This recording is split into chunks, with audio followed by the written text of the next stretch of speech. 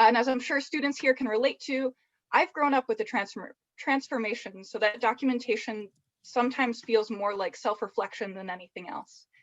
Most recently, in collaboration with the Science Discovery Center and a number of SUNY Oneonta students, I've started a podcast, which you might have seen as we were cycling through those slides there. It's called the 2041 Project, and it aims to take a look at where we are in our continued fight for a positive climate future and to reflect on how far we've come and to inspire vigilance in ensuring that the continuation of that work. And you can check that out. There was a link in those slides, but I'll put a link to that in the chat as well here. For our most recent episode, I had the opportunity to spend a weekend at the Oneonta Wilder Student Encampment, which is actually how I came to meet some of our panelists today, who I'll ask to introduce themselves in a little bit. But for the first part of today's program, we've invited 4 interns from the Center of Sustainability and Institutional Change to offer 4 micro presentations.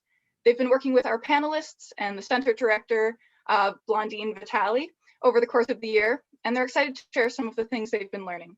In particular, what we wanted to accomplish with this part of the panel was contextualizing some of the big ideas that are being discussed today. The Half Earth movement, the 2000 Watt Society, habitat restoration, and wildlife corridors, by looking at where those ideas originated from. It turned out that many of the ideas that shape our lives today, like the 4 I mentioned, or the Green New Deal and National Service Year, originated over 20 years ago, well before the Civil War. So now I'll pass it to Lauren Johnson, who's going to start us off with talking about the Half Earth Project. Hello, are we going to share the slides for it? Yes, actually, I've asked our land steward, Tanner Albury, to help us out with those slides there.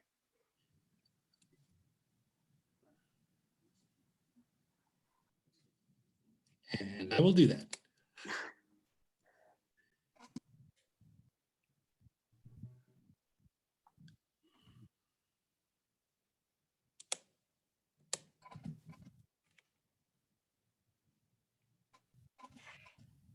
Okay, so the first climate change project that we have presented here, it started from a very long time ago, and it's the Half Earth Project. And it was created and started by E.O. Wilson. And you can, Tanner, go to the next slide if you can. Thank you.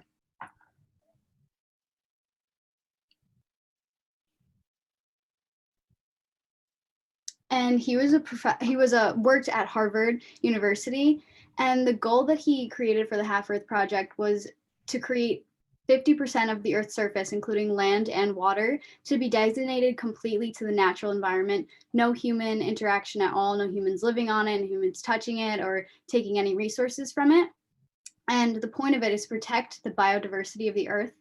And without all the biodiversity and correct ecosystems that weren't being destroyed, we would only be able to save ourselves. So without all the biodiversity of the world, we would also be gone. Luckily, we've made some changes, and now in 2041, we're still here. And just at the bottom, I have some of the endangered species back in 2020 that were on the endangered species list. And then you can advance the slide, please. And one of the questions was, why do we need half of the Earth? Like, why can't we just have national parks and just leave it at that? But you can look at these 2 graphs right here at the bottom, and it explains that with 90% of the habitat lost, there's only 50% of the surviving species. But if we have 50% of the habitat restored and saved and protected, then we can save 90% of the species on Earth. And there's just one more slide. Thank you. So where are we today in 2041? We've reached 39% of the global surface to being designated to nature without any humans, and that's a huge impact. We've been doing really good with somebody else. One of the other interns will present the wildlife corridors. So that has had a huge impact on preserving parts of the Earth.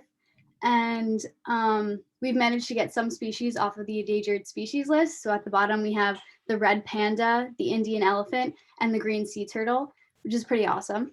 And there are some conflicts because there's certain groups of people who think that we can live in one with nature, but then there's other people who are saying that we should just completely take ourselves out of it. And that's all I have for the Half Earth. Thank you so much, Lauren. Up next, we've got Sam Martin, who's going to tell us about the 2000 Watt Society. So if you could just move, oh, thank you. So I'm gonna talk about the 2000 Watt Society. So it's a one target for all sustainable and just society. That's like the main points behind it. So if you can go to the next slide.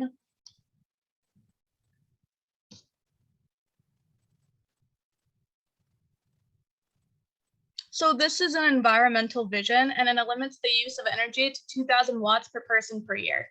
So it was introduced by the Swiss Federal Institute of Technology, and it was introduced because of the limited resources, the climate change, and justice. So to go in a little bit more with that, so some limited resources are, of course, energy and raw materials, and nature's capacity for the emission levels that we have. And for the climate change, if we reduce our watts per year, that'll lower the amount of CO2 in the atmosphere. And for justice, not everyone across the world uses about 2000 watts. So third nation countries, they don't use as much energy, but as they're industrializing, they're going to be using more. So to have a just, fair society for everyone, it makes sense to have 2000 watts per year per person. And if you can go to the next slide so I can talk about the goals. So the main goal is to not decrease the standard of living and to keep carbon-based fuel below 500 watts. So with this goal, it's to increase the use of renewable energy. So about 1,500 watts would be used of that. And the three strategies to meet these goals are efficiency, consistency, and sufficiency. So for efficiency, it's use less energy for the same purpose. So to develop new technologies like renewable energy to use for watts. And for consistency, it's also to use more renewable energies instead of non-renewable so that we can be more sustainable. And for sufficiency, it's use less energy for a better quality of life. And if you can go to the next slide. So this graph actually shows where we are today in 2041 for first world countries. We're about at 4,750 watts per person. So it has been decreasing and our use of renewable energy has been increasing. So we've been doing pretty good since we have had this goal going for specific countries, especially like Sweden, and specific bigger cities are using it right now. And our goal is to keep the watts going down and for more places to start using the 2000 Watt Society. And for the next presentation, you're going to have a different intern take over for that. So thank you for listening. Thanks so much, Sam. Yeah, next we have Joe, who's going to tell us about habitat restoration.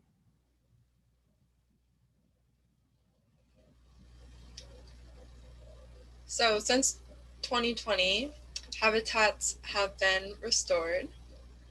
In 2021, the Society for Ecological Restoration, or the SER, listed many habitat restoration projects that were going around the world. The efforts of many different organizations has led the Earth to be much cleaner today. So the first project that I'll talk about is the Pacific Ocean Restore with Resilience, and this was on coral reef. And in 2021, human pollutants and rising temperatures caused coral reefs to die off. And since the water in the oceans are becoming much warmer, the Hawaii Institute of Marine Biology decided to plant more thermal resistant corals in coral reefs in the Pacific Ocean, which are able to withstand the higher temperatures. And thanks to this, around 10 acres of coral reefs have been restored since then. Then you can go to the next slide. So USA, the New England Cottontail Project, in 2021, most of the native New England cottontail lost most of their native habitat when non-native species like it caused them to move out of state. The governmental body worked hard in 2021 to create new forests by planting new trees that would be the natural habitat for the New England cottontail. And they got rid of the old growth forest by clear cutting and controlled burns. And then they planted new growth forests, which is the habitat for New England cottontails, and they were able to restore it. And then we can go to the next slide. So another project was the Fandriana Maralambo Forest Restoration Project in Madagascar, which was run by the World Wildlife Fund. They were to restore nearly 4 million hectares of forest by 2021, and now that's increased to 10 million hectares. And they did this by emphasizing how important the forest was for human development to its local people, so they would be more inclined to want to save the forest. And now a large population of animals have returned to their natural habitat. You can go to the next slide.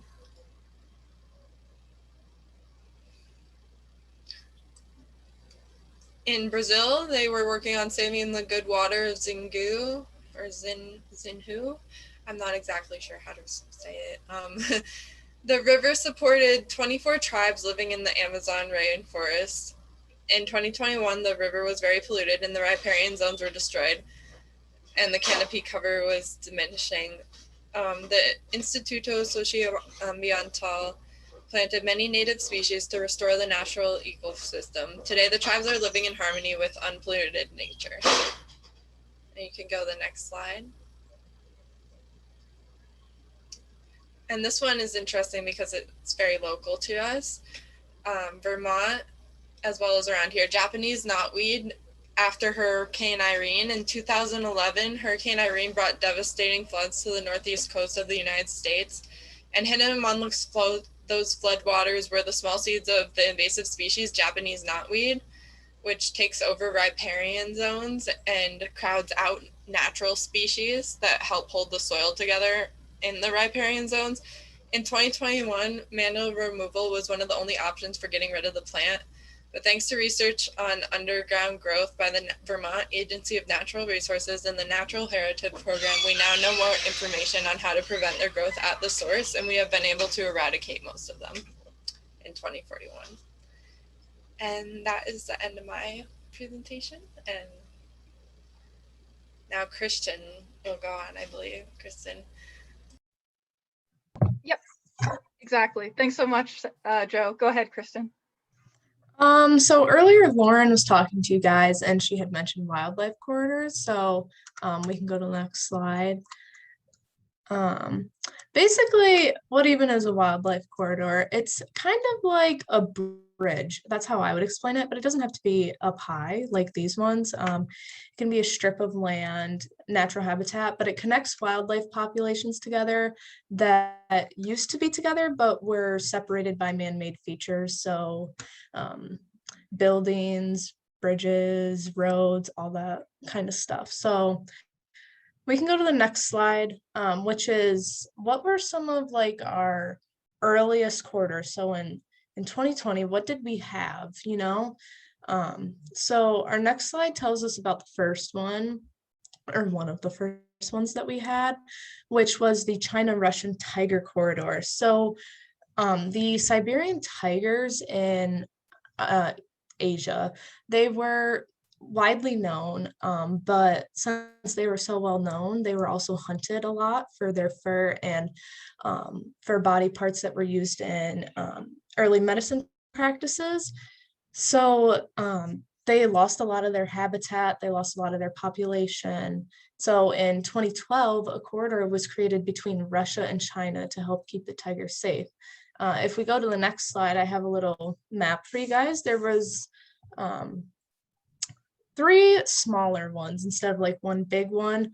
One of them is right over in the lower part of Russia, and then the smallest one connects eastern China to Russia, and then the one right on the bottom, we actually connect to North Korea right down there. But these corridors were built and brought back a lot of the population today in Eastern Asia. So that was probably one of the earliest corridors that we had. Our next slide, we talk about another one too, which was the Red Desert to Hobak corridor in Wyoming. Now, this one wasn't as long. It didn't really go across different states, kind of like how our other one did with different countries. But this one just goes through Wyoming, and it was made as a migration path for hoofed animals, like mainly deer, because they were threatened by a lot of things, like especially since there was so much open land. It was a big spot for energy development back then. So also urbanization, traffic. So those are a bunch of reasons why we decided to create this corridor. So my next slide also shows the map of where that was built. Right over in the western part of Wyoming, we can see it. It's actually, I guess it is quite large, even though it doesn't go across multiple states. It does go through a big part of Wyoming, and it helped increase the population tremendously for animals like deer, but also like elk and mountain goats, bison, so many more. A lot of our hoofed animals were able to bounce back. So now I want to talk about more of the recent ones, what have already been created in 2041 and what are in the making right now. So the first one I want to talk about, we can go to the next, is the Yellowstone to Yukon one. Now this one is huge. In the year 2021, it was being built, but they did not have all the rights to the land that was needed. This corridor was huge. It connected Canada to the United States and helped animals tremendously, especially grizzly bears, but also wolves, elk, bison, mountain lion populations, everything. And back then, the Greenland was what was protected. However, today, all of that land is green. So much of the land is protected, and the populations for those animals have flourished. So we can go to the next slide. The main reason for this corridor was to reintroduce the population of wolves in the 1800s, so long ago, due to westward expansion.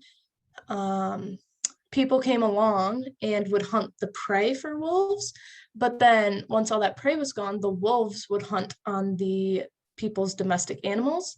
So then in return, that caused another loop and caused the settlers to hunt all the wolves. So that's why a lot of them were created. So we can go to the next slide. So the Yellowstone Yosemite one connects the tippy top of Wyoming, so kind of close to our one that we talked about earlier in 2021, and it connects it all the way down to California. This one's also quite large, but it was built in, like I said, to help introduce the population of wolves, and which it did. So now a lot of animals flourish there, and they're all protected, and it's all good and happy now. And I think that's it.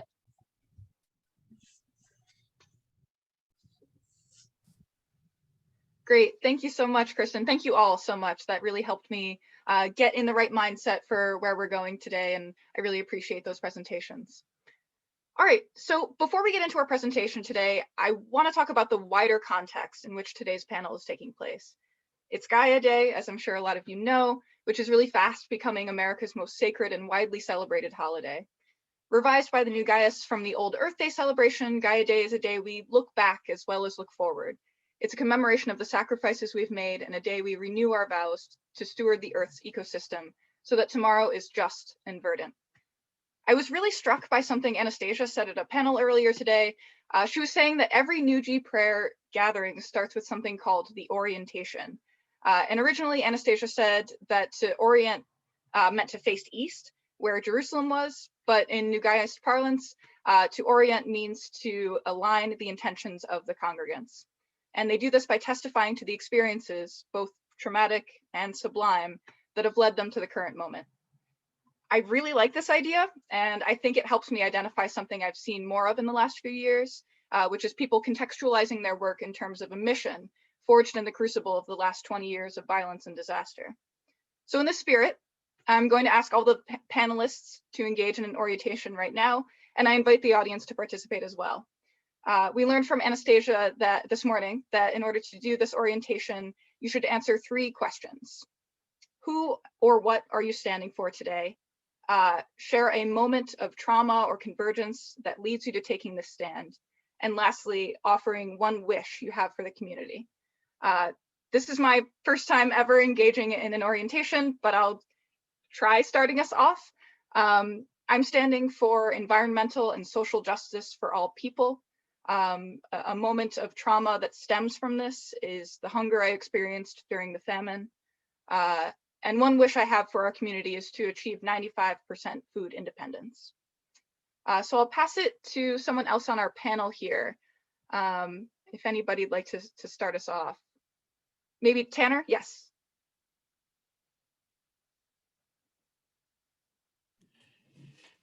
Hi, everybody. I'm Tanner Aubrey, the land steward for the college camp. And I am standing today for all of the people and all of the nature that was destroyed during the Civil War, and in particular, the part that I fought in, which was the Black Hills War in South Dakota. My wish for our community is that we never experience anything like the civil conflict that we saw that just ended a few years ago. It tore our country apart and many people were killed, and it also devastated large areas of our environment. So more complicated way of saying my wish is for peace for our community, but it's something that I feel really strongly, having seen up close the alternative to peace. Thank you. Yes, I'll go I ahead. will. Sorry, Anastasia. Okay, I'll go real quick. Yep. Okay. So I just want to say that I'm the person who Nadej was talking about before. So I'm a part of the New Geist community, and I'm the campus sanctuary advisor at SUNY Oneonta. And I would just like to say that today I'm standing for all the refugees of Civil War II. It was close to my heart. I was one of them. And my wish and my goal is just kind of what everyone else has been saying. I want peace and I want sustainability, especially in our food systems.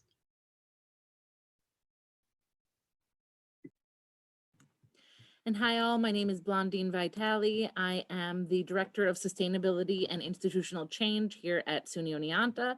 A big thank you for my interns and their wonderful presentations. It's obvious that you did a lot of research. I'm happy you could bring us all up to speed on some of those sustainability successes that we're proud of in this country. So I am standing today for SUNY Oneonta and the people committed to learning and moving forward in 2041. We've all been through quite a trauma, but the resilience of our students and their wishes to get back to the college and to continue with their studies is quite, it's very, I'm happy to see it. A moment of trauma that I'll recollect is, I had started here at SUNY Oneonta and then moved to work at the Rescue and Resettlement Agency in Arizona in 2025. And seeing the massive amounts of climate refugees that were coming from within our country as well as internationally really made me realize that we need to take action now and that people need a stable future. So, I also stand with all of them and hope that those people are getting the support that they need to move forward now. And my wish for us is to, to continue to learn, to adapt, and really to become resilient to these changing times, and to recognize that together we can have a stronger planet, we can have a stronger community in which we all thrive. Thank you. Thank you both. Alder or Thomas? Yeah. Hello. My name is Alder Guthrie, and I am a Wilder student at SUNY Oneonta. So what I stand for is for humans to find a way to integrate with nature and have a positive relationship. And a trauma I experienced is I'm a child of a livestock farmer who went through the CARV-29 livestock virus that caused a lot of the famine and food shortage. And that I also saw the waste and destruction from the old ways of farming that led me to become a Wilder student. And so my wish is that I can find a way to convey to other individuals as a Wilder student um, that we can find a relationship with nature that doesn't have to be so combative.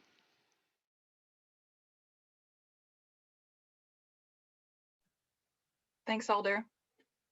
Thomas or any of our participants today, Here, I'll speak if I may. please. Hi, good evening, ladies and gentlemen. My name is Thomas Wallace, and I'm especially involved in the sociological alternatives and information operations initiative, which is on the Oneonta campus and on many other campuses in the United States and Canada. And I'll discuss it a little bit later on if time allows, but our great interest is trying to understand, firstly, some of the mistakes of the past that caused many of the traumas that we lived through, and then to try and cultivate alternatives so that those do not occur again. So, for example, what Alder was saying about how much of North American agriculture was really primed so that a virus could easily burn through it, which was terrible for both the animals and for the humans that had relied on that agriculture. And like many of our panelists, I'm just informed by those many traumas and trying to see ways forward and to cultivate alternatives so we don't repeat these mistakes. And my great wish is for the wonderful presentations on the various animal corridors and other means of bringing back wildlife to demonstrate that one of these alternatives really is that humans and non-human animals can coexist, and one does not have to be wiped out at so the other can thrive. So thank you. Wonderful. Thank you all so much.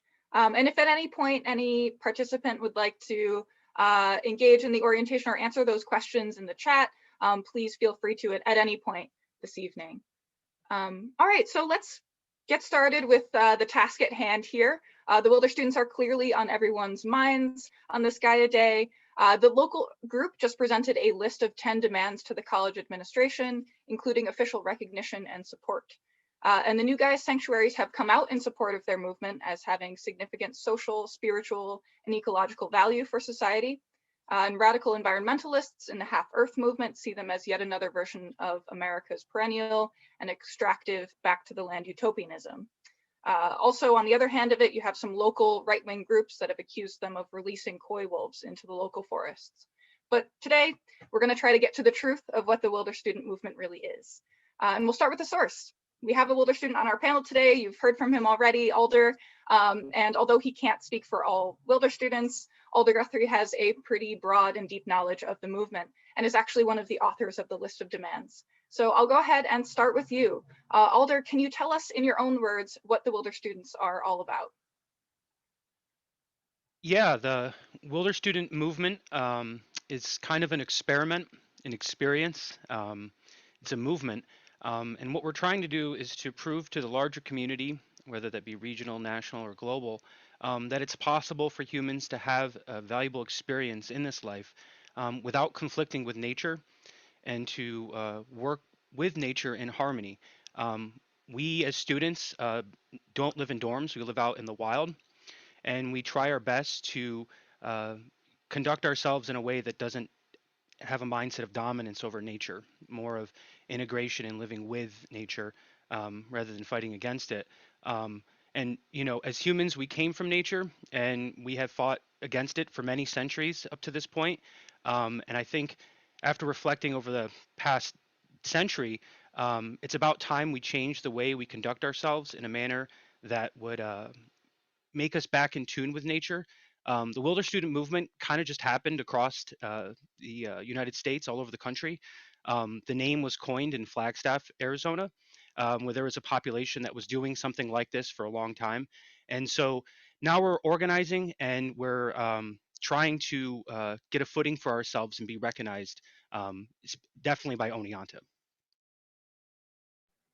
Fabulous, thank you. That helps me sort of refresh my memory of really how the Wilder students define themselves, and it's so wonderful to hear it from you. So clearly, based on what you were saying, the Wilder students didn't come out of nowhere, just as every innovative thing is based on something that came before it. So actually, now I want to open the topic up to the rest of the panel and ask, what are some useful frameworks for understanding what the Wilder students are doing to all of you? Well, I can begin if nobody else wants to. Yeah, please. So I remember back in like the 2020s, 2010s even, the way that we were living, it seemed so like fast paced and just there was nothing really of value. It was just like more and more.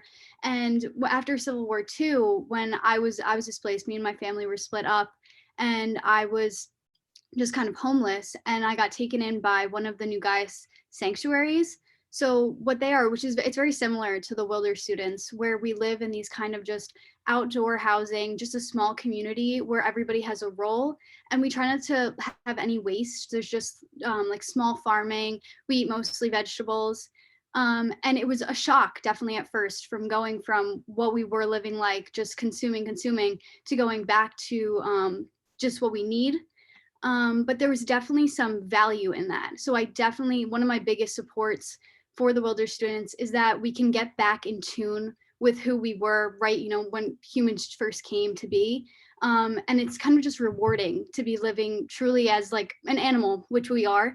So it feels good. So that's what I have to say about the origins, at least. Thanks, Anastasia. I like the way you phrase that. I often like to remind myself that I'm just an animal. Like when I love watching birds. It's one of my favorite activities. And one of the reasons I like it so much is that it reminds me that I'm just an animal too. And when I can notice them and they notice me, it feels like something pretty special. Do any of our other panelists want to share a framework for understanding what the Wilder students are doing?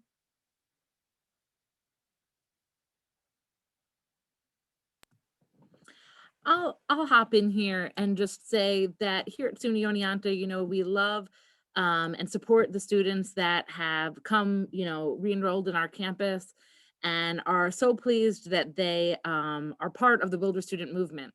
And I also want to say that, Wilder students don't need to be separate from our campus.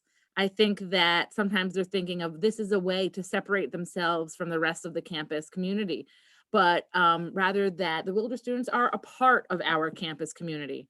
And there's a way that we can, really support each other in this. Thanks.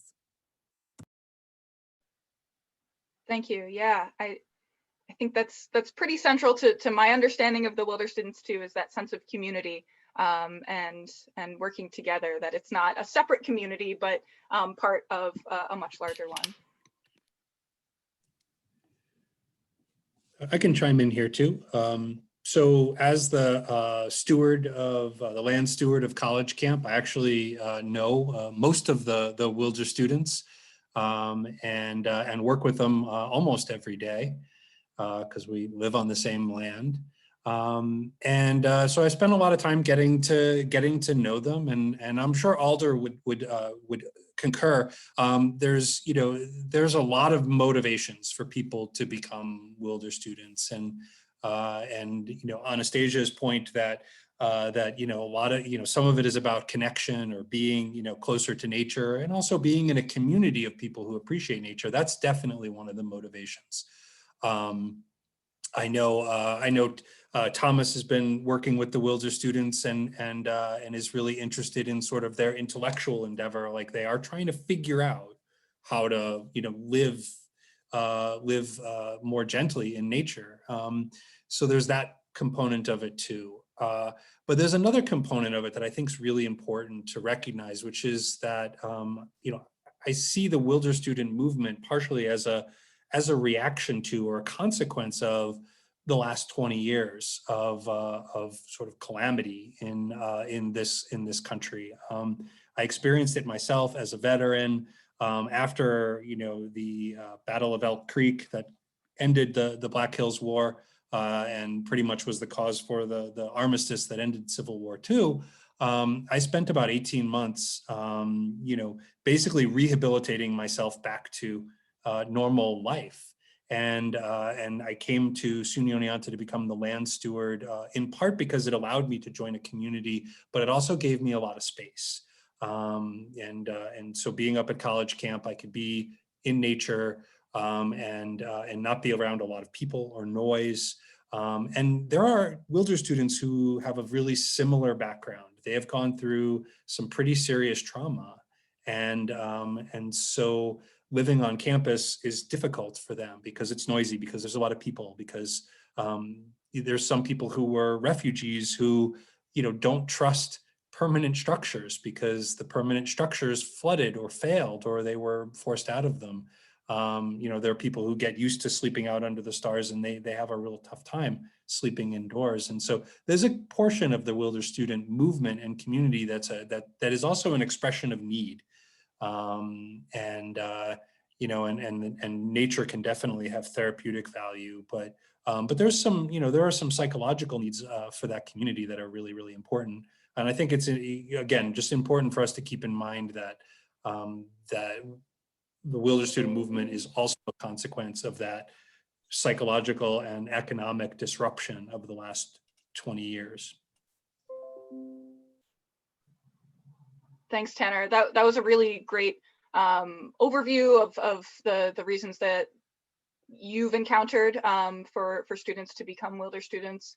That was really, that leads me to one of my next questions, which I'll ask now. That one of the ideas the college is considering is building an academic program around the Wilder students. And I know that's one of the more controversial ideas that we're coming to today, and that's to be called the Wilder Scholar Program. And from what I understand, students would need to apply for this program, but would also get full college credit and support, and that the relevant academic departments like the ecosystems management or English literature programs would contribute coursework to the program. And there would be some special core courses being taught on site at the college camp. And I think there's definitely value in this, if nothing else, the recognition that the Wilder students' message is resonating. I actually heard from a friend in admissions that more and more college students are applying to SUNY Oneonta and referencing the Wilder students as one of their motivations for choosing us, which is a pretty compelling reason to me, at least.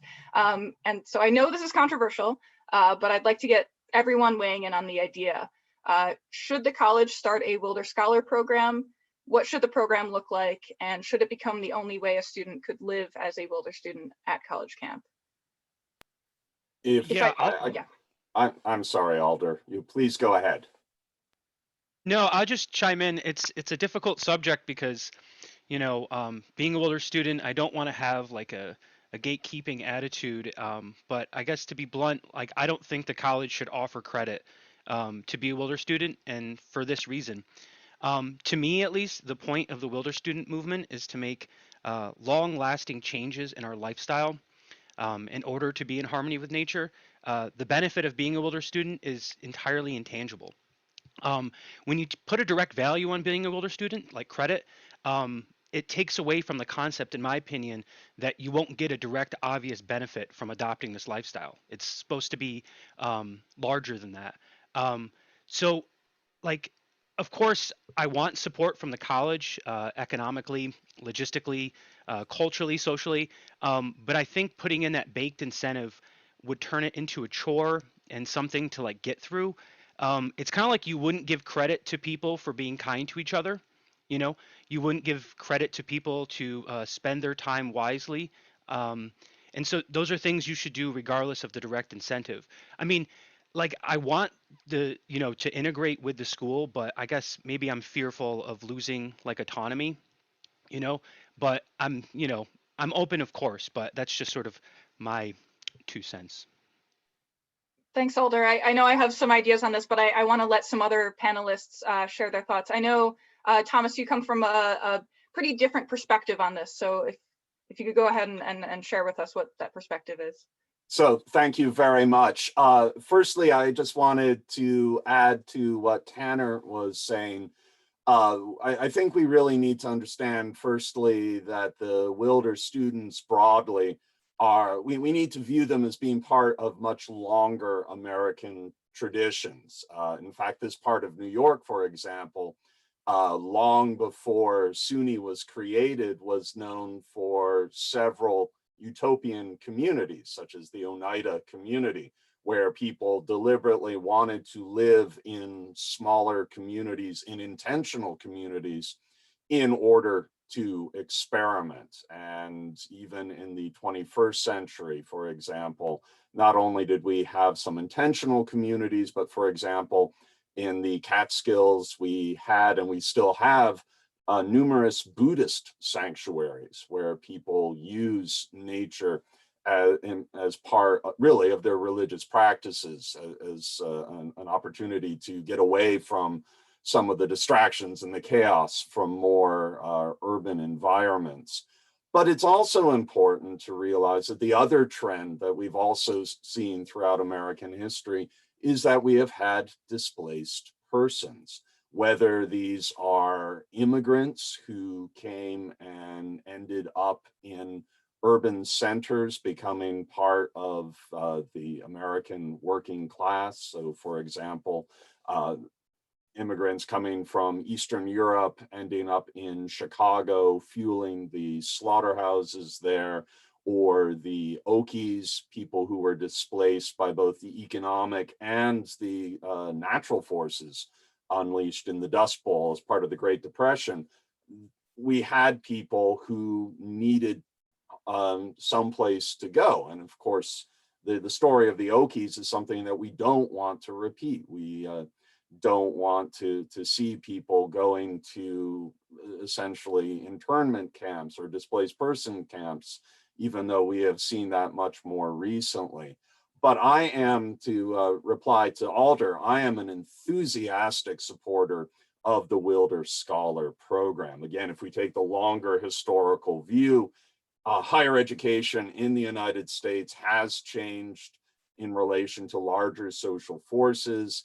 The end of the 19th century, for example, we start to see the rise of some more technically oriented programs, like at the Massachusetts Institute of Technology, focusing on engineering and other fields. We've also seen education transform with different types of students, like what happened to higher education following the Second World War, when we had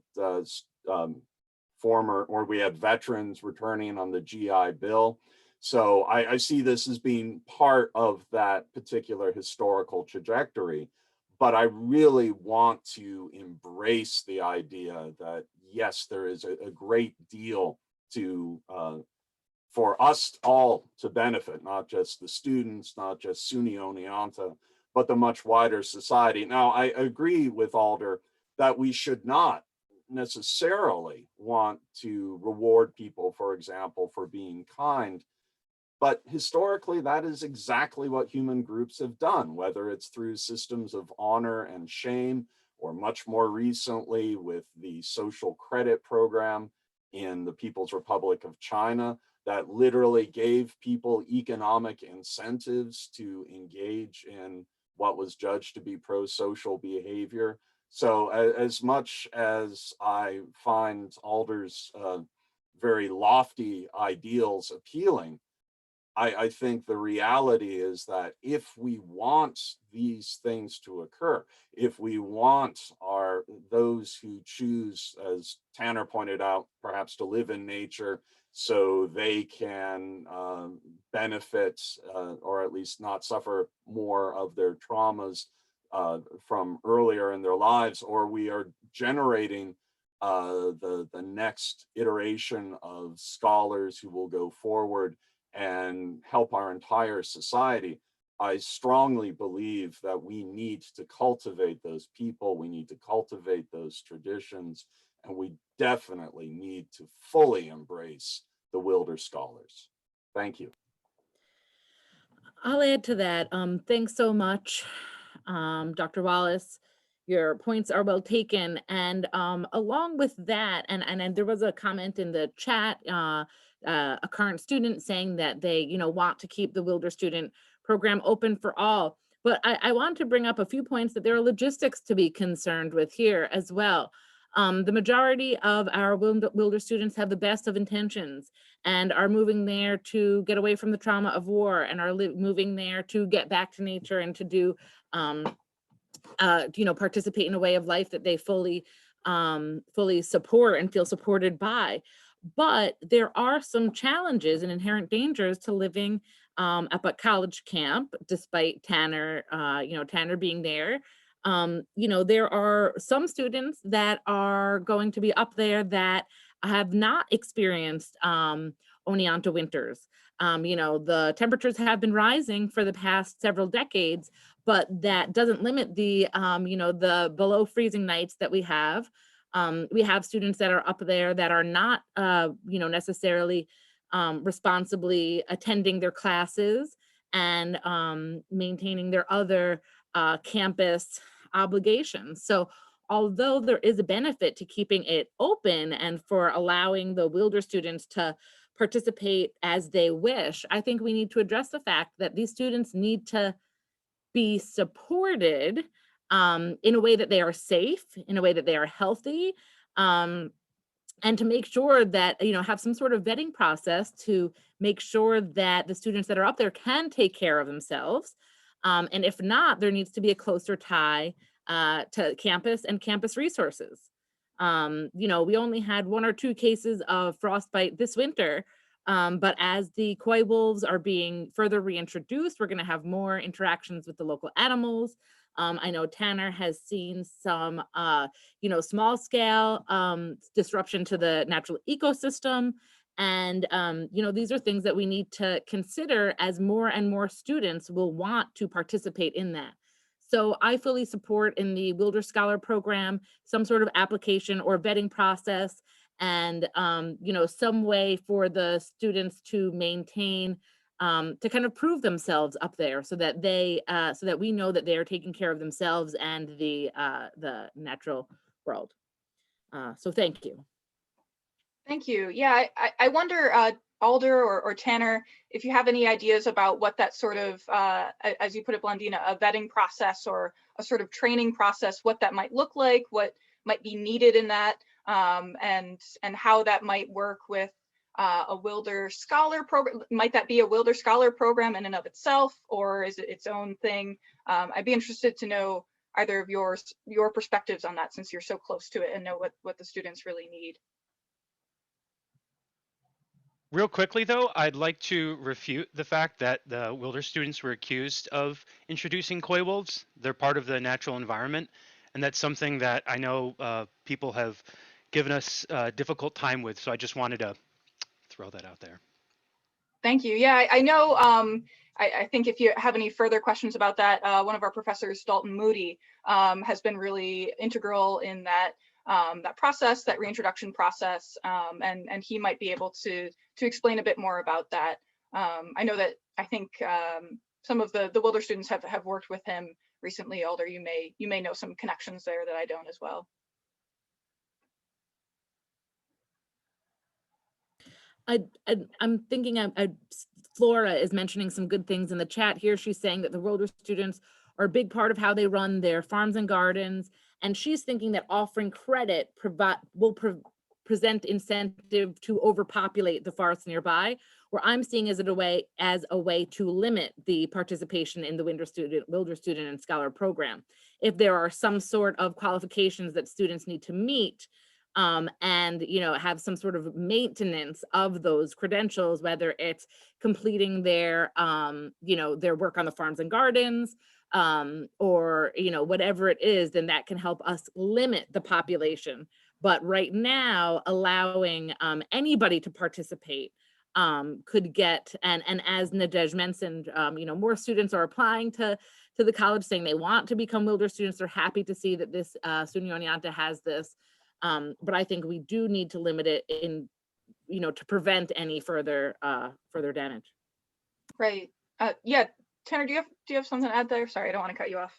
No, not at all. Yeah, I mean, I understand Alder and the other Wilder students resisting the idea of the Wilder Scholar Program. I think that, I could see the way that they would feel like, they want to choose this lifestyle and they shouldn't have to ask for permission to do that.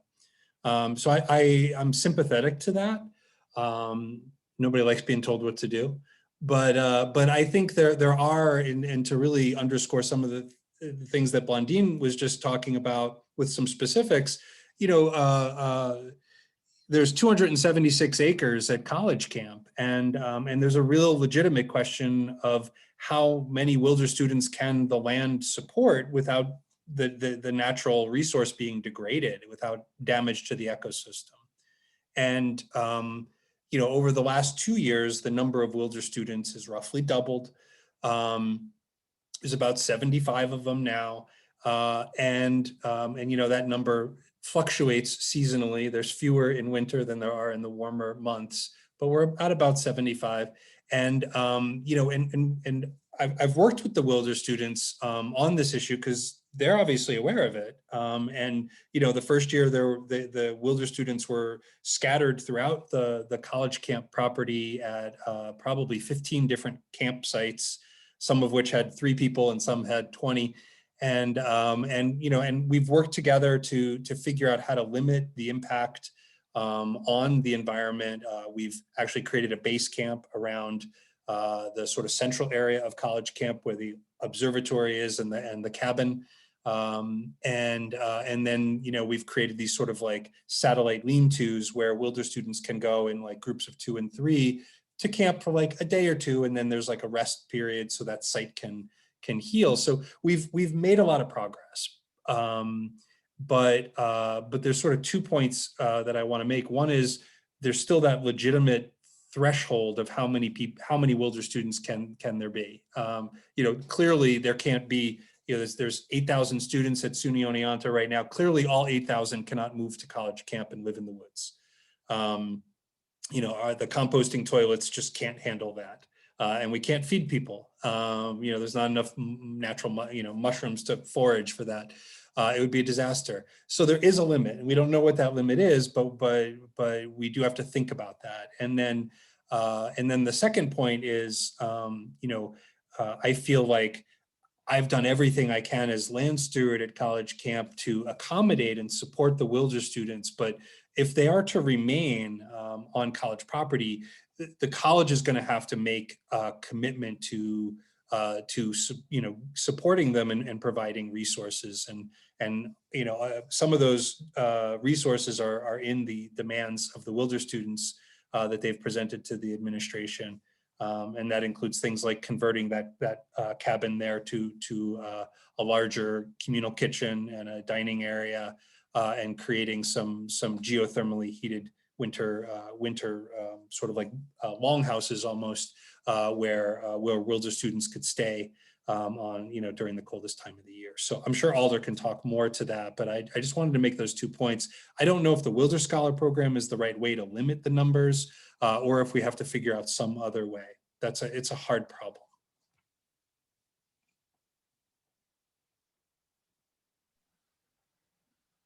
Cool. Thank you.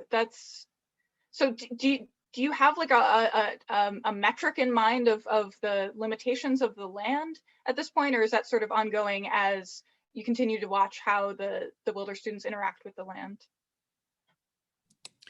Yeah, there's no hard number right now, and it really depends on the mode of living. And I think if we can expand the base camp area, then we can potentially have more Wilder students.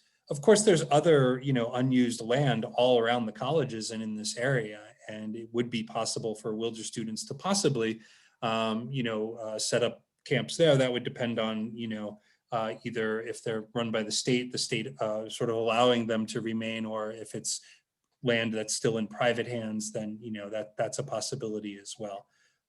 So I think if we are to support the Wilder students, we're going to have to put our heads together and really think about some solutions. That makes sense. Okay, so we've talked a lot about the very like nuts and bolts logistics of this, but I think a larger part of the Wilder student versus Wilder scholar question for me is the connection to more social aspects of what the Wilder students are doing. I see a lot of similarities personally between my time at the New G sanctuary that I spent growing up. I don't personally identify as New G, but I spent a lot of time there growing up right after the famine, as my dad and I were sort of getting our feet under ourselves. And I see a lot of similarities between that sanctuary and that of the Wilder students, specifically in Oneonta. The sanctuary I was at was a pretty new one that was trying to sort out its infrastructure and to make sense of where it fit with larger, more established ones out west. And I'm really curious to know, Anastasia, what your take is on the connection between the Wilder students and New Guyism and what that means to you. No, yeah, definitely. I had a lot of thoughts. That was a lot of information that just got exchanged, but it got my mind thinking to because it definitely relates to New Guyism.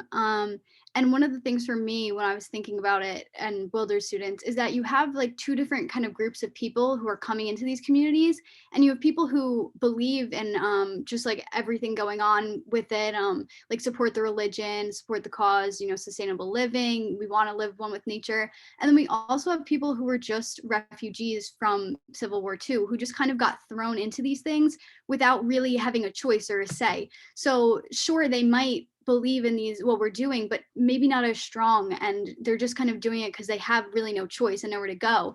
So what worries me about the scholarship program through Oneonta is just those people, like the refugees' voices getting kind of diminished, because all of a sudden the scholarship becomes something bigger and more than what they were just there for a sanctuary, and now it's becoming, oh, now it's school. And so that's what worries to me, like that's my biggest concern.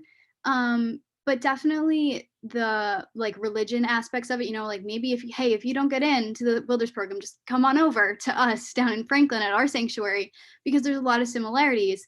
And we try, like, we don't want to exclude people, and it's, we've had problems with people who just, will just like throw out trash or just like aren't being friendly, and it's difficult, but we try to work through it as like a community together.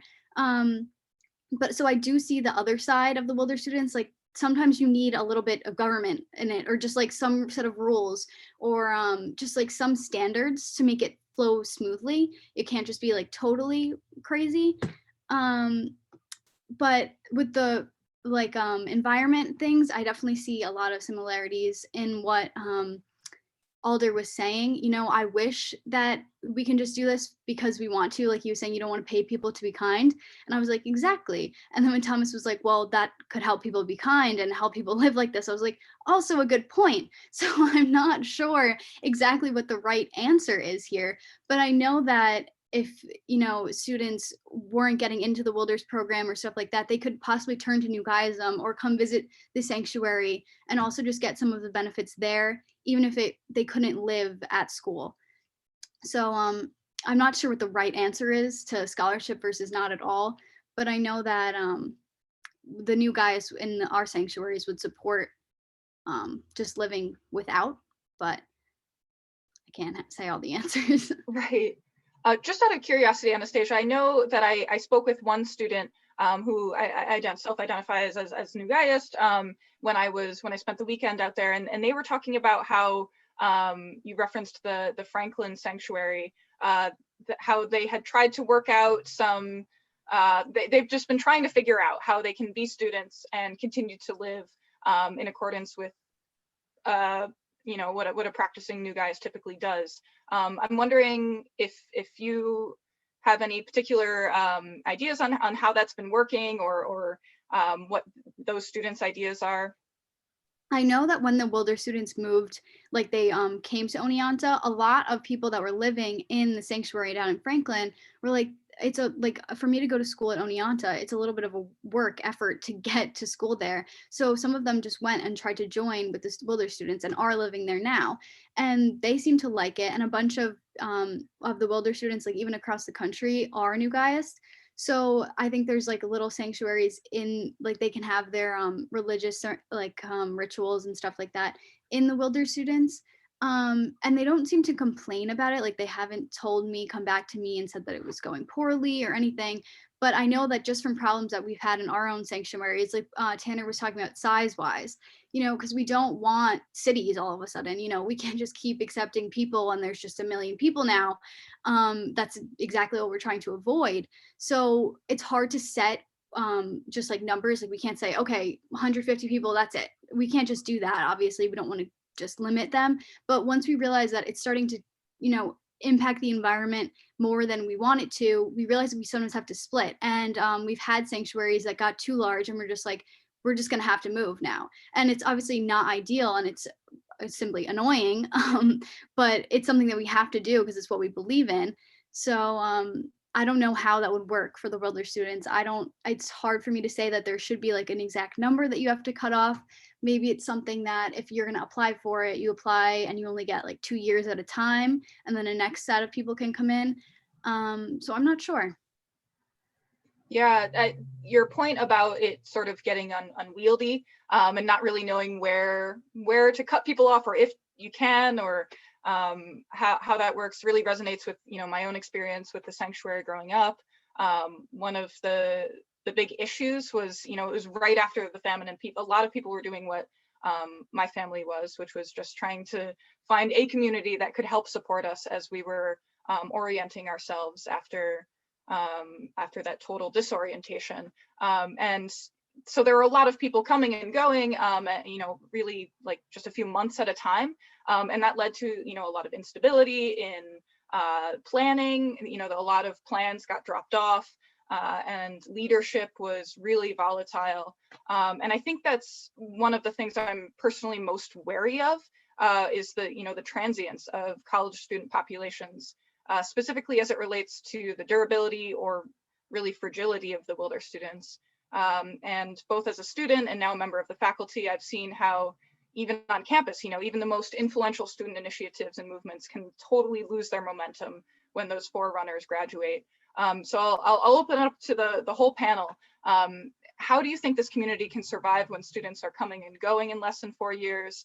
And how can the Wilder students support or work with people who maybe don't want to leave, who they finish their time at Oneonta as a student and want to continue on as a Wilder student? That's one of the things that I'm trying to wrap my head around with the Wilder student movement. So a few questions there if anybody wants to take that. Yeah, no, I can understand the concern, and that's kind of why I like to describe it as a lifestyle. It's something that you go on through your life sort of conducting. And so I think, one of the bigger ways to continue having students be Wilder students is, having the Wilder student graduates be as an example. I mean, it's ridiculous to think that all of them will find somewhere in the wild to live. Many of them come from cities and they're around cities, so they probably will, integrate in a more urban environment. But they can sort of bring something back that they've learned in that experience to help sort of, maybe change their their relatives and their family, their friends, perhaps their children one day. And so I see this kind of cyclical manner of like being able to inspire other students coming in and going and conducting your life in a way that is going to be positive. And outside of the environmental benefits of being a Wilder student, it's kind of a social experiment. Many individuals come from very different, economic backgrounds, as we discussed. Some of them are refugees with literally nothing. Some of them have, a decent amount of wealth, and they know that they have something to go to if they don't want to do this. But when they come into the Wilder student environment, we try to bond in that way. I think, over the past 20 years or so, technology has been kind of hindering some of our social interactions in some manner.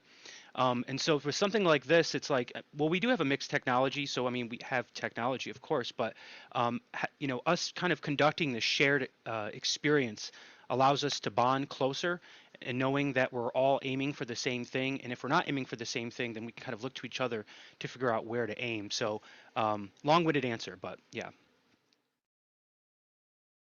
No, that makes sense to me. And I think maybe that's a point of distinction that has helped me to understand what the Wilder students are. And totally, please correct me if I'm wrong, but maybe there's a difference between the Wilder student movement as a whole and Wilder student encampments. And so there's some leeway for different encampments to interpret the movement differently. And, you know, for those sort of like sub communities to establish what and who they are within the movement. Does that sound about right, Alder? Yeah, no, and that's the idea why I tried to, lifestyle movement, it's something that you don't just sort of do for 4 years and walk away from. It still sticks with you, and you try to, work that into your experiences with others and let them know, your experience being a Wilder student and how we can move forward in a way that is better, in a multitudes of ways, if I said that correctly. But yeah. Right. If I could jump in, there's quite a few Wilder students who are hoping to do their national service year as part of the reforest service, and some of them are even talking about, after that, continuing on as rangers for the reforest service, working in the wildlife corridors out west, which are huge, as one of our student presenters talked about. But I wanted to raise like a philosophical question, and Alder and I have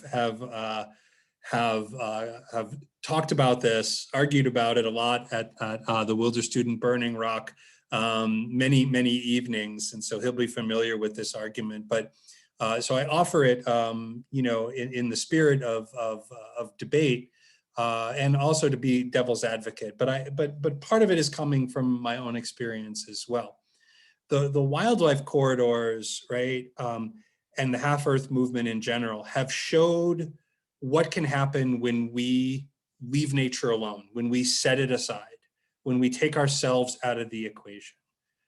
Because honestly, since our opposable thumbs helped us create fire, on the savannah hundreds of thousands of years ago, we have been a kind of an ecological force. But we don't really have the wisdom to wield that force, and that's how we got here. Like that's why we have the climate catastrophe that we're living in. We are so numerous and so powerful. We change the environment, and we've done it without any kind of guidance or wisdom or understanding of how the systems work, let alone how we're altering them. And I think we are gaining that wisdom. Some of our geoengineering projects, like the carbon scrubbing towers, are starting to flatten the Keeling curve, right? So we are getting there, but I think there's a really good argument to be made, not only for the environmentally friendly nature of cities and putting people together, but of leaving nature alone. I don't think anybody could argue that if the Wilder students and me, if we all left college camp tomorrow, that the ecosystem would probably do better on its own. And so we have I feel like humanity has a long way to go before we have figured out how to live in commune with nature. And so I wonder about that, sort of the Wilder students in the context of this idea of leaving nature alone. And I had a second point there, which maybe escaped me. Wait a minute. I think one of the characteristics of humans' relationship to nature has been extractive.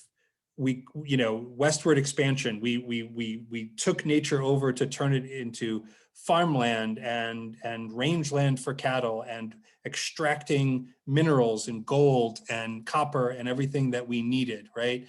And that clearly was a disaster and led us to the situation we're in now. But I wonder to what extent is the Wilder student movement and New Guyism and even the Buddhists, to what extent are we going into nature to extract a resource too, as we go there to extract wisdom or enlightenment, or even just personal peace, right? And can nature withstand, our needs, right? Certainly, if 10 billion people on the planet all wanted to go off into nature, you know, and poop in a hole in the ground, we would have a problem, right? And so it's a larger question, but sometimes I wonder if it might be better for more and more people to leave nature alone until we can kind of get our own act together, and then re-engage it, but let it heal. And then, you know, and the other question is if our fundamental relationship to nature is extractive, what can we get out of it? Coal on the one hand, or wisdom on the other. Maybe we need to change that, and maybe we need to listen to what the land needs, right? And that might mean us just visiting it and not living there. I'd like to add on to what Tanner is saying. And wouldn't the Wilder Scholar program be an opportunity for us to train students to be able to be more responsible stewards of that land?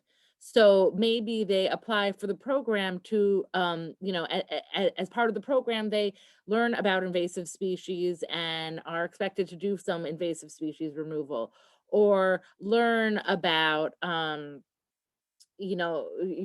about a record keeping of the animals on site and the insects on site, so that we can get a more thorough understanding of the repopulation of these insect populations.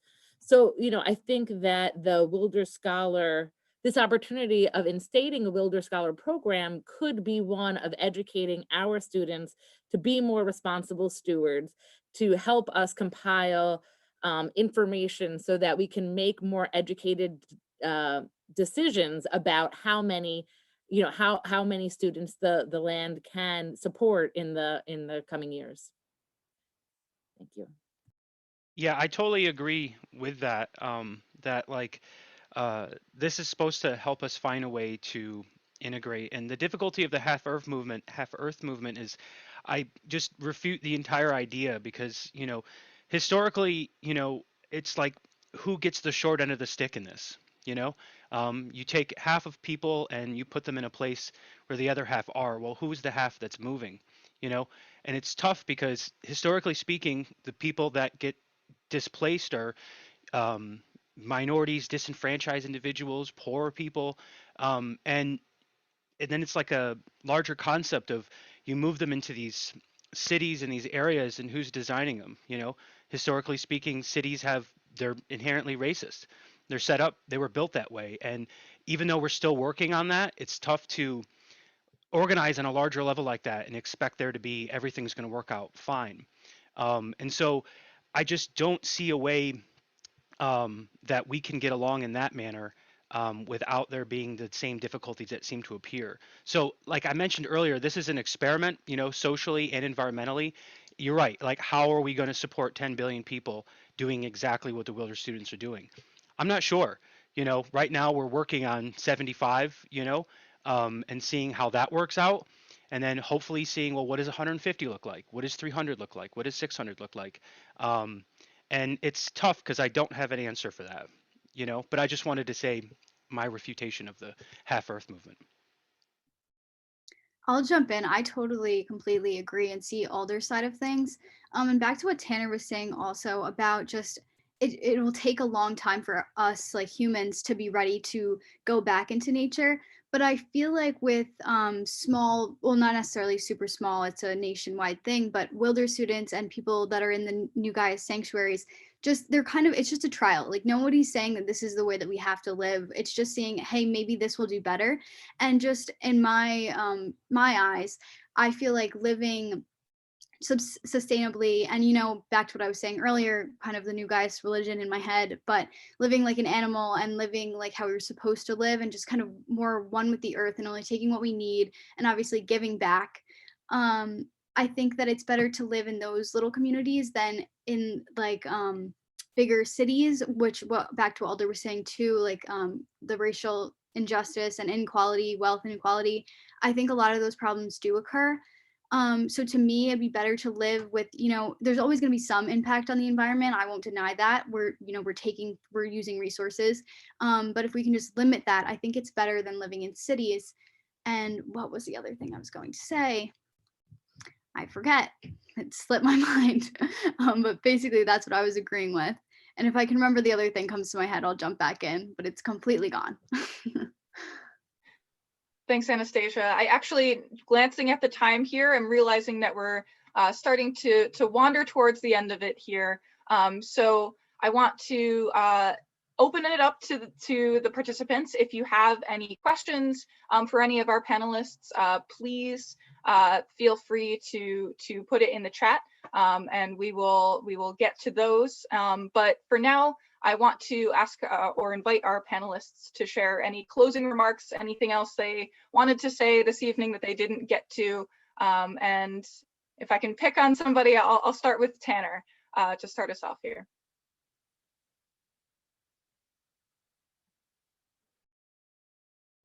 Sorry, I was just putting a note in the chat there. So I guess, in closing, Alder knows that I'm supportive of what the Wilder students are trying to do, even though I play gadfly and devil's advocate a lot. I think that that a lot of the demands they have made to the college administration make sense, and simply are necessities if the Wilder student program is going to continue.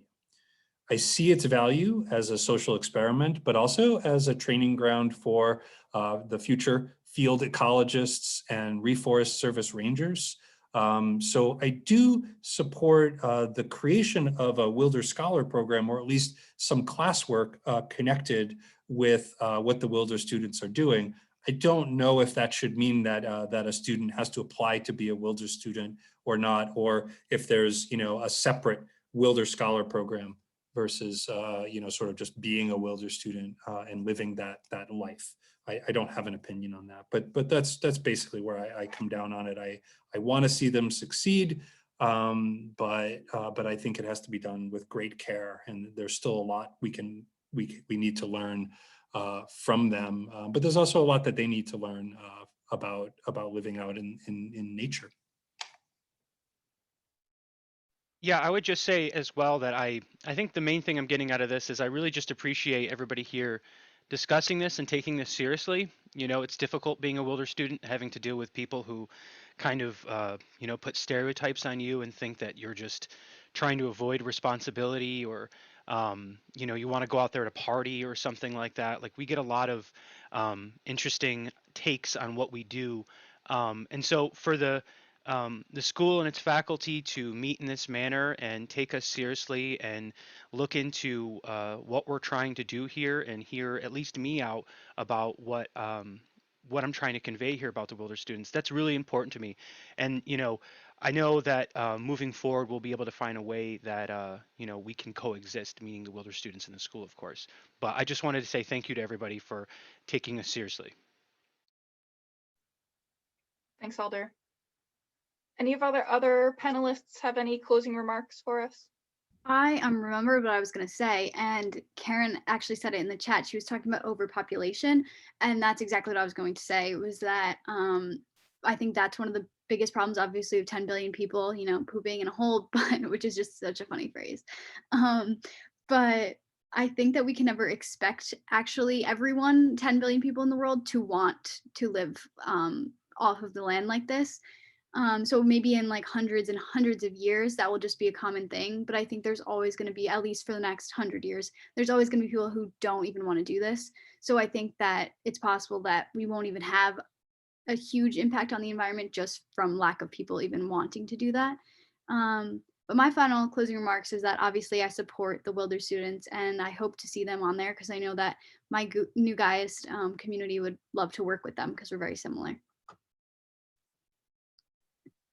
Thanks, Anastasia. I'm glad you remembered that point as well. And thank you, Karen, for bringing that up in the chat.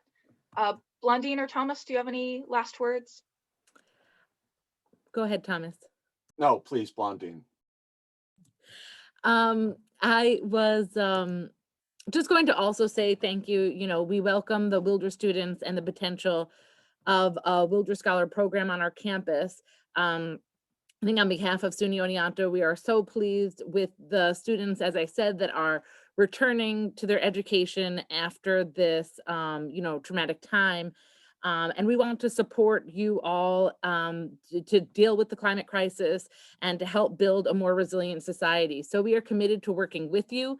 We are committed to finding ways to support each other and to support our environment. So, thank you for the opportunity to discuss this.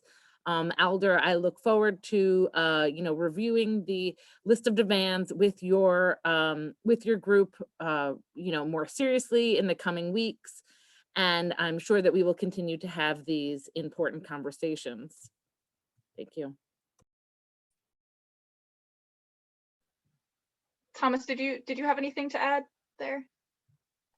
Just in closing, I would encourage everyone to embrace the Wilder Scholars, because as we have heard, we need to innovate. We need to have a new generation that is going to not only be educated to deal with the demands of the near future, but also to hearken to our past, where education wasn't simply learning technical skills or knowledge, but it was really enhancing the entire person. And while I have some sympathy for what Tanner was saying about the Half Earth movement and the propensity for humans to extract, I would remind him and all the supporters of the Half Earth movement that every living being on this planet extracts something, whether it is sunlight or air or nutrients or water. That is simply the nature of being alive. Now, having said that, we have learned disastrously that if we do not restrain ourselves, we will experience more cataclysms, and we cannot go down that road again. But I also think that the sway that cities once held, what some scholars called urban normativity, I think that's been broken. Too many people suffered in too many cities to want to go back, and I don't think that we should. I think in the near future, we will have to show great sympathy to administrators like Blondine who are trying to make this work. But we've seen that before, especially in higher education, whether it's demand for classroom space or lab space, and having to pivot and deal with limited resources. I'm one of the older panelists, and so, for instance, I remember vividly the disruptions that occurred in 2020 with COVID-19 and how we had to utilize virtual technology and classroom space in very different and somewhat cumbersome ways, but eventually we were able to overcome this. But I would just like to end by referencing a book that's almost 140 years old now. H.G. Wells, in A Modern Utopia, described what he saw as an egalitarian leading class that he called the samurai, although they had nothing to do with the Japanese military class. But he imagined this samurai as trying to live in part in harmony with nature despite their other responsibilities. And he specifically mentioned that they would have to live annually by themselves in nature for a few days as a form of discipline to reconnect themselves with the natural world. And I think if not that particular practice, that spirit needs to inform all of us. But thank you all. Great, thank you all so much. I'm so grateful to all of our panelists for taking the time to take part in this tonight. As we're wrapping up here, and I'm hearing very different but all equally inspiring closing remarks here. I think it's important to remember that the purpose of today was not to all agree on one solution, because that's going to be a much larger and longer conversation. But I think, Alder, you summed it up really well, that this is the first step in that conversation, and I'm really grateful to hear everyone share the sentiment that they're looking forward to working together and working to make this thing work however it might look in the future. So thank you all so much. Now, I know we're a couple minutes after 8, but I'd just like to take a moment here to do a little bit of time travel. So Tanner, if you wouldn't mind sharing the slides here. Not Tanner at all, actually. And I'm not Nadej. And none of those names that we just used are who we really are. We're just in 2041, but I'd like to just take a few minutes here to bring us back to 2021, if you can spare them.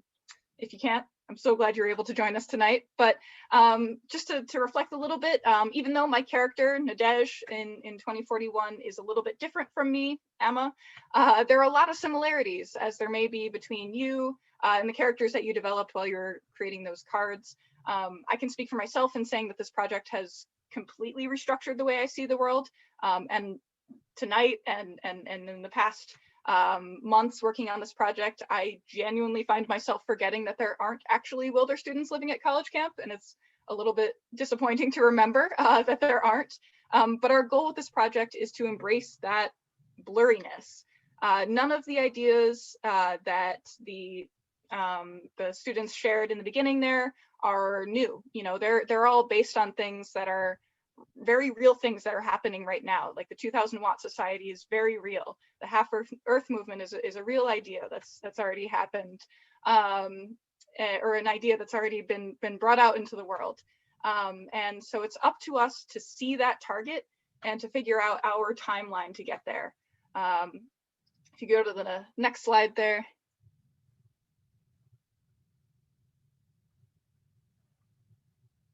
Yeah. The future is possible, but we have to build it. So I'd like to leave you all with a few ideas, 2021 ideas for ways you can start building that world of 2041 today. The first of which is to dedicate your career to sustainability. If you're in fashion, focus on zero waste design, durable textiles, and reuse recycling. If you're in engineering, work on sustainable energy. Work for a worker-owned cooperative or a nonprofit. Or become an earth science teacher dedicated to teaching about Earth's ecosystems and the necessity of wise stewardship. You could register for a sustainability focused or related course to see how sustainability intersects with the disciplines you're interested in. There's a lot of really excellent sustainability related courses at SUNY Oneonta. And if you search for the attribute SUSF or SUSR, in open to closed classes, you can pinpoint those and choose to take some of those classes. And there's so many positive ways to use your energy. Another idea is to create your own national service year. Consider joining service organizations like the Peace Corps, AmeriCorps, and some of the many other service groups that do environmental work. You can also support habitat restoration projects. If you look at, if somebody could pop it in the chat here, I'm on a different window, but regen.earth is a great way to find thousands of examples of those. Another idea is to change the way you live. Join the 2000 Watt Society, it's real. Or use the Oneonta public transportation if you live in Oneonta, or public transportation anywhere you live to get to and from campus. As a note, in Oneonta, if you don't already know, it's free with your campus ID. You just swipe it, paid for by the student association. You could also choose to live in a walkable community, or you could join an intentional community that values sustainability. And communities that are built around permaculture principles exist now. If you look up eco-villages, you can find some ideas about that. Another idea is to demand more. Write your representatives about the Green New Deal and consider joining intersectional environmental and social movements. This is incredibly relevant tonight. In cities where there have been large Black Lives Matter protests, police violence has actually gone down. Activism works, as we've seen tonight. Write to the college president and demand divestment from fossil fuels with college foundation money. And finally, it's not the last thing you can do, but one more idea is to use your purchasing power intentionally. There are companies that have shown a deep commitment to sustainability. Shop locally, reconsider consumption, and learn about right of repair.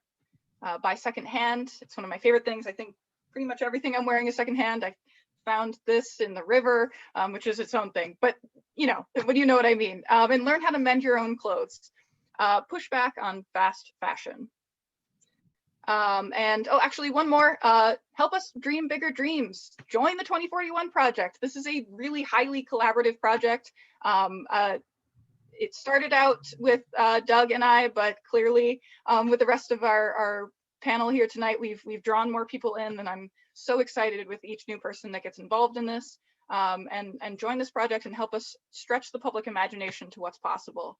If you've enjoyed this webinar, you can email us.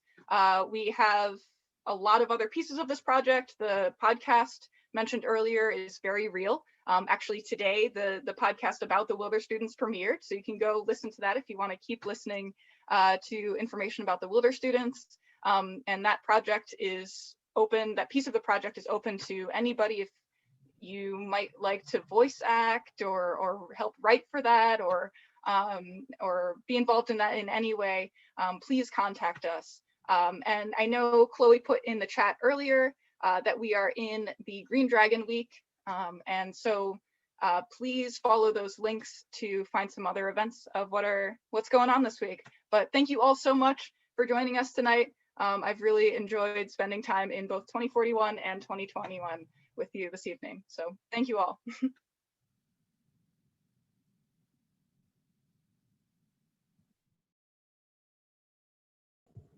Have a good night. Thank you. Thank you.